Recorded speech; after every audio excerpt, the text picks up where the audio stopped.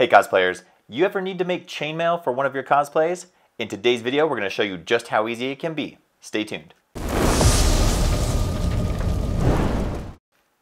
Alright cosplayers, we've got an awesome video for you today showing you how easy it can be to be able to make chainmail. Now here at Cosplay Apprentice, we believe that anybody can cosplay regardless of skill level, and we do everything we can between tutorials, patterns, and products that will make it as easy as possible for you to get started cosplaying and make it as simple as possible.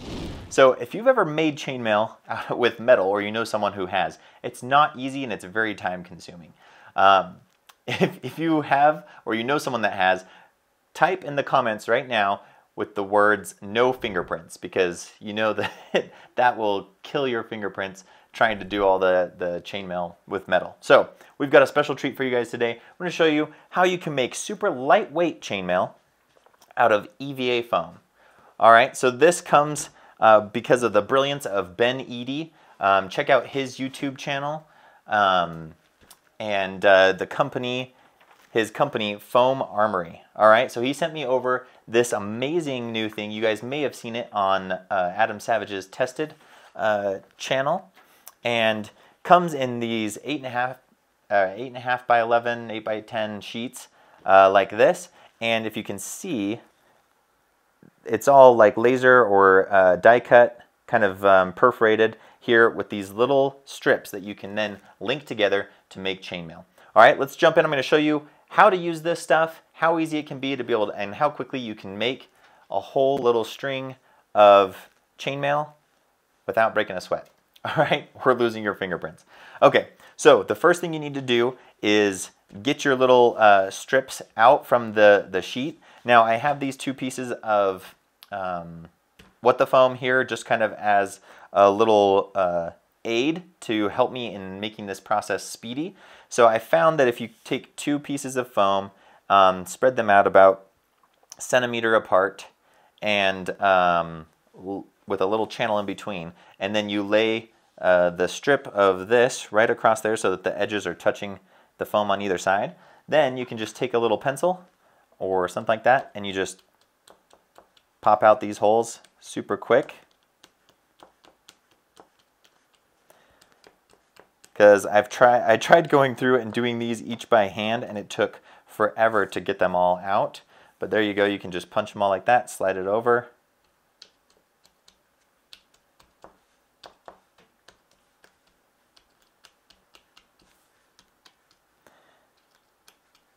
Okay, so there we go. I'm just going to do 2 rows just to show you here how quickly you can just pop those out.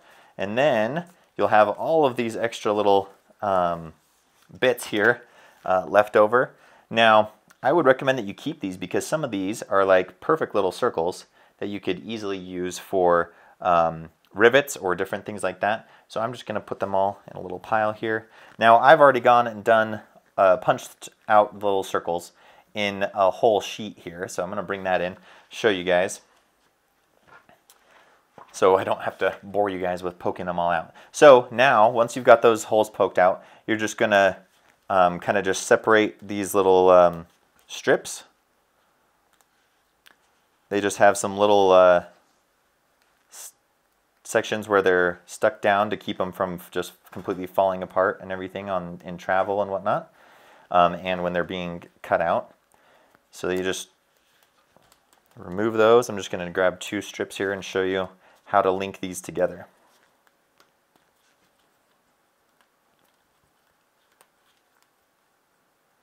Now, this is just pure genius.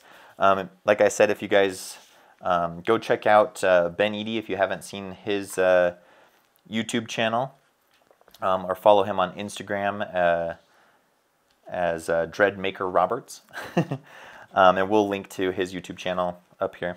All right, so now I've got these 2 strips going here. Now you want to have these laid out so that you can see some of them are open and then some of them are connected circles. You want your connected circles kind of facing up. And I'll show you just how easy this can be to knit these together. So Ben recommends that you have a number 6 crochet needle. I actually found that it's really easy to just do this by hand and that you don't really need it. And the trick that I found for that is if you so I'm going to line these up running away from me. like this, so that my open circle pieces are on the left side. And I'm just gonna start here, take this, bend it, just kind of like squeeze it, bend it in half like that, the circle, and you're gonna slide it through the other circle. And then you just continue that process all the way along.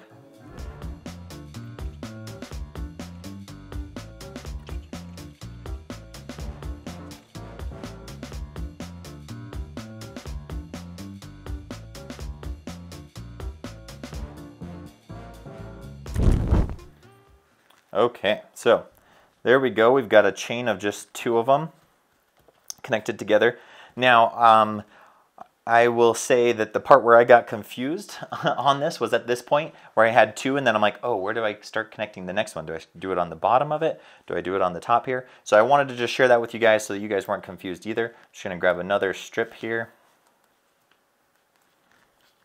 out of this to show you where that third one goes, so that you're not wondering yourself where you're supposed to start next. All right, so same thing now. I have it running away from me, same as I did before with my closed loop pieces to the left. I'm going to do the same thing with this piece. And now what you're going to do is you're going to take this, do the same thing, and you're going to grab from this left side that closed loop piece again and run through there like that to add your third strip.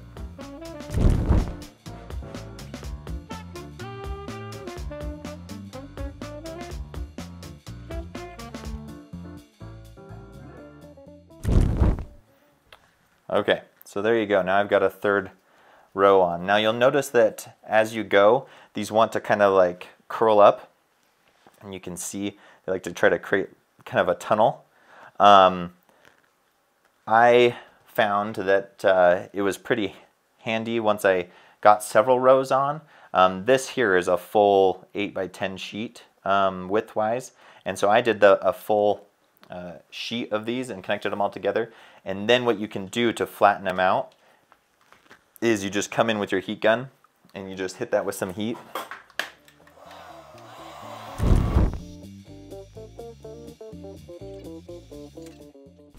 Okay, once you kind of heat that up, press it against the way that it wants to curl, so it's kind of trying to create a tunnel this way, so I'm going to just press it down flat as it cools, and then it'll sit a lot nicer and flatter for you. Now, one thing to consider is that when you do heat this up, it is going to shrink from the original size as it kind of pulls all those cells together with the heat, but I think it makes for a very nice look once you've heated it. It kind of gives that little bit of sheen to it, and you can just go in with silver, like rub and buff, or just a little dry brushing on this, and just make this look like a great worn chainmail. Super easy. You can even use the backside, has a little bit different of a pattern for a different character kind of thing. So it's essentially like reversible in a sense that you can like do regular chainmail look this way, or do a different type of knit looking thing this way. So super cool stuff. I want to hear from you guys in the comments. What cosplay are you going to use this for? What cosplay are you doing, or that you want to do, that has chainmail and you've maybe been too intimidated to do it? Let me know in the comments below, and hopefully this video was helpful for you.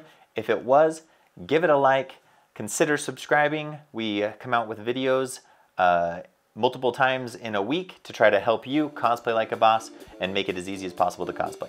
Thank you guys so much for tuning in, and cosplay on, my friends. See ya.